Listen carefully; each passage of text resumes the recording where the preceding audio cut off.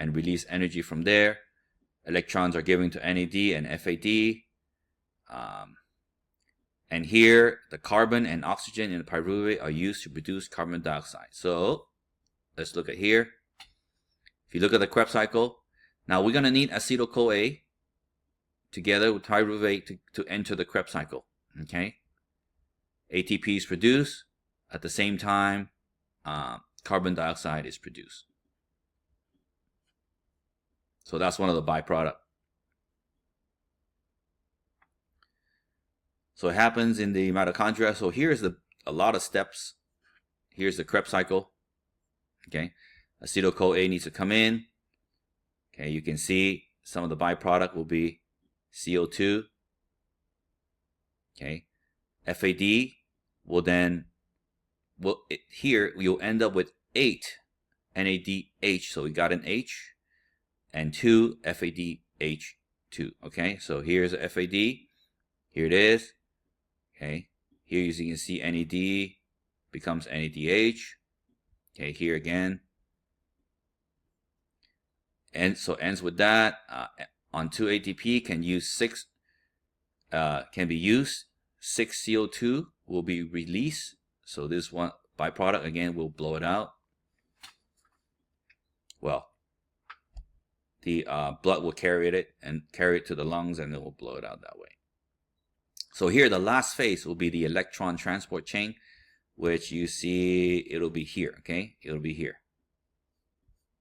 Those steps. Where did it go? Electron transport chain. The NADH and FADH2 will become oxidized as they release electron in the electron transport chain. So every step it goes, every step it goes, it releases ATP, releases and releases and releases ATP. Okay.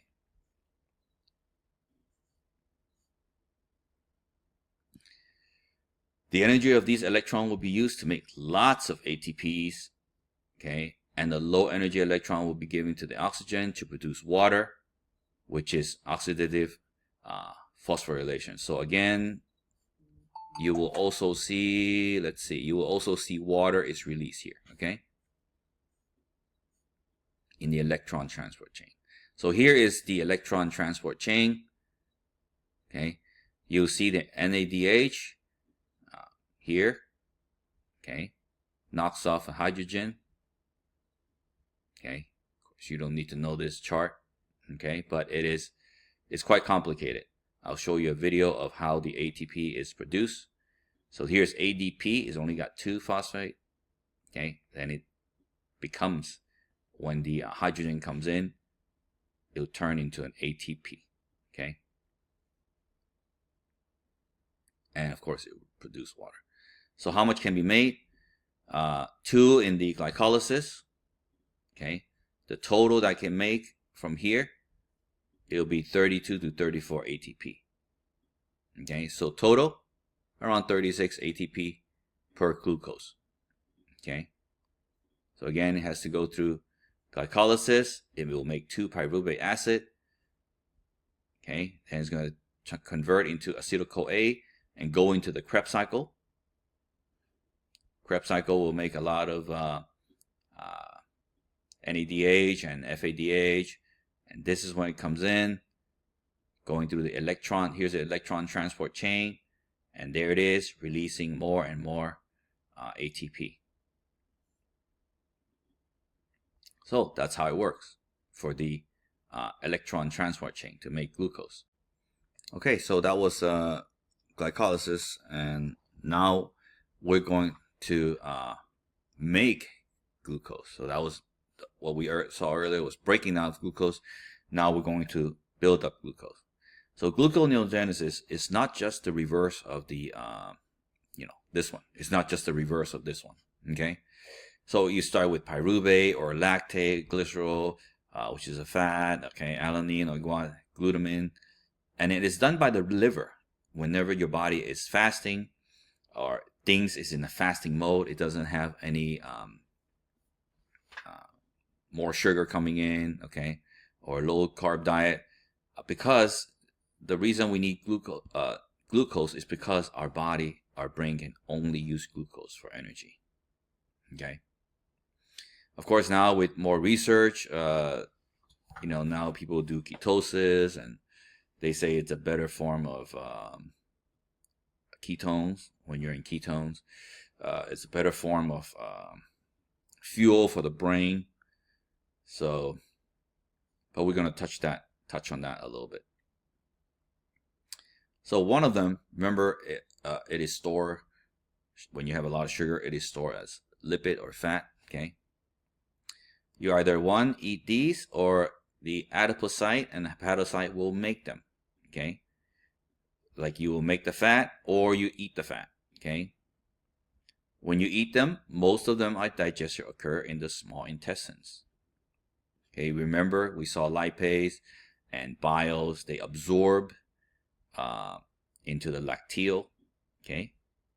They are made into chylomicrons. They enter the lacteal and transport into the circulatory system. Remember, we saw all that in the last chapter. So these are called lipoprotein. Okay. Lipolysis is when we're in the famine mode. Okay. Remember the famine mode. Lipolysis, splitting of the lipid molecule. Okay. So splitting of the triglyceride into the fatty acid and glycerol. Okay. Fatty acid takes part in the beta oxidation, breakdown to acetyl-CoA. You remember acetyl-CoA, it is used in the Krebs cycle to make ATP. All right, we saw that. Glycerol can enter glycolysis or can be used to synthesize glucose. So it will make more glucose. Again, it will break down into the glycolysis part. Okay. Ketogenesis. If you have an excessive acetyl-CoA, it is made during oxidation. There is a diversion into creating ketone bodies in the liver. This is where this is the ketones we're talking about. The ketone bodies are energy when glucose is low or unavailable, and it will become excess. Oxidation of ketone. Again, ketone body are an alternative fuel. Okay. Like I said, some people nowadays say that this is better. Okay. If glucose is low, your organs can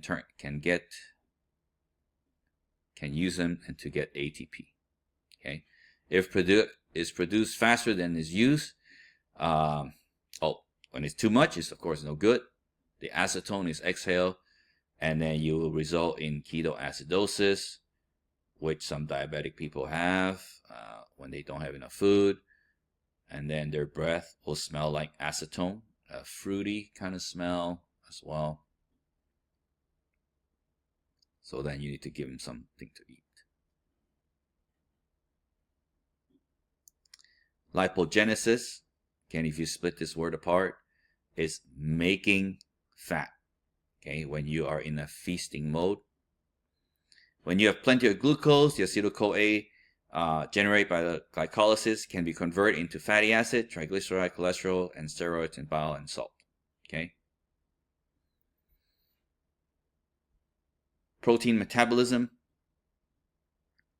You remember all this cycle when we talked about the protein. Protein makes up much of the cell and therefore the body. Okay. Remember, some of them can be used as fuel. Protein are not stored for later, so this is the only one that cannot be stored. Okay. They are converted to glucose or triglyceride, supply energy to store it. So it is used for building. Okay. If it's too much, then it is converted into glucose. And then if you have too much, then of course it will then too much glucose and it will convert into fat. And of course there's essential amino acids where we can only eat them. Our body cannot make them.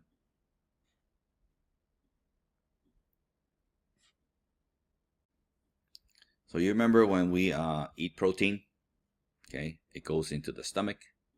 Okay, there's pepsin and hydrochloric acid will start denaturing the protein in the stomach. Okay, and it will become you'll break it down into smaller pieces, and it will become amino acid. Okay, and when it reaches the small intestines, okay, the pancreas will release the sodium bicarbonate to neutralize the acid. You guys remember that? If there's too much amino acid, it is a waste.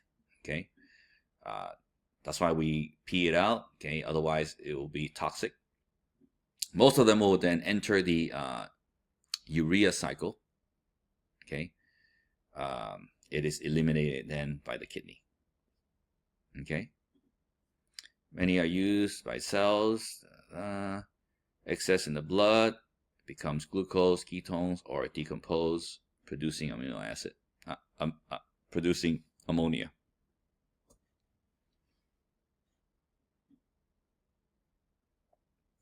Here's how you can do with protein if you need energy. Okay, again, we saw this cycle. The ketone will turn into acetyl-CoA and go into the Krebs cycle. So altogether, you have many enzymes, reversible metabolic pathways, so it can go both ways.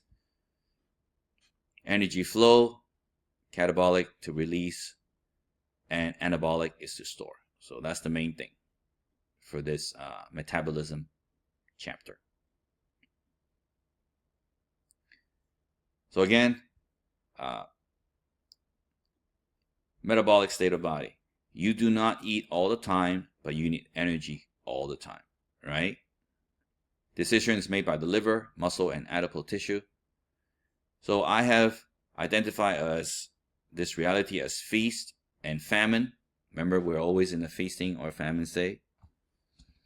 We will now, instead of calling the feast and famine, we will now call this the absorptive and post-absorptive state, okay? Absorptive state, maybe about 4 hours long. It starts right after eating. Anabolism will exceed catabolism. Okay, so you're here after eating, your body will start building, storing things. Rising of the blood glucose. Okay, and then insulin will be released as a hormone. We saw that earlier, which causes the liver, adipose, and muscle to take up glucose and convert it into glycogen and triglyceride. Okay, again, you eat it, the pancreas will release insulin.